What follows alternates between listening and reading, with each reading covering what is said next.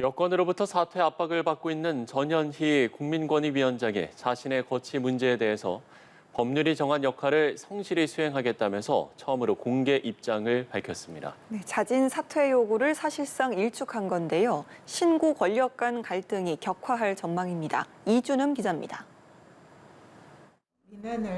전현희 국민권익위원장은 법의 정신은 반드시 지켜져야 한다며 일단 국민권익 보호라는 역할을 성실히 수행하겠다고 말했습니다.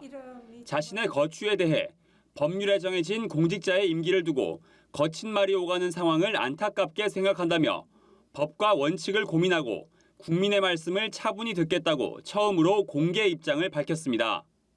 문재인 정부 때 임명돼 윤석열 정부와 철학이 맞지 않다는 여권의 사퇴 요구를 사실상 일축한 것으로 풀이됩니다. 비슷한 처지의 한상혁 방송통신위원장 역시 자진 사퇴할 뜻이 없는 것으로 전해졌습니다. 이들의 임기는 각각 내년 6월과 7월로 1년 정도 남아 있습니다.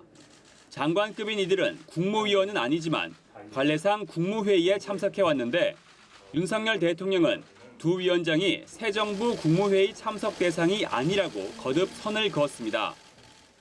굳이 올 필요 없는 사람까지 다 배석시켜서 국무회의를 할 필요가 있나 하는 생각은 있습니다.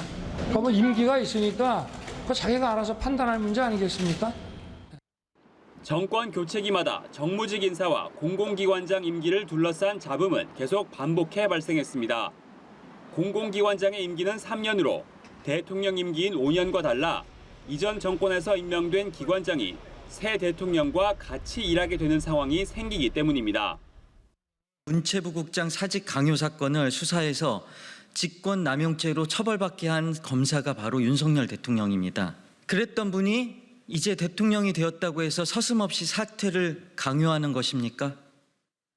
두 위원장 모두 임기를 채울 의지가 큰 만큼 당분간 불편한 동거는 이어질 것으로 보입니다.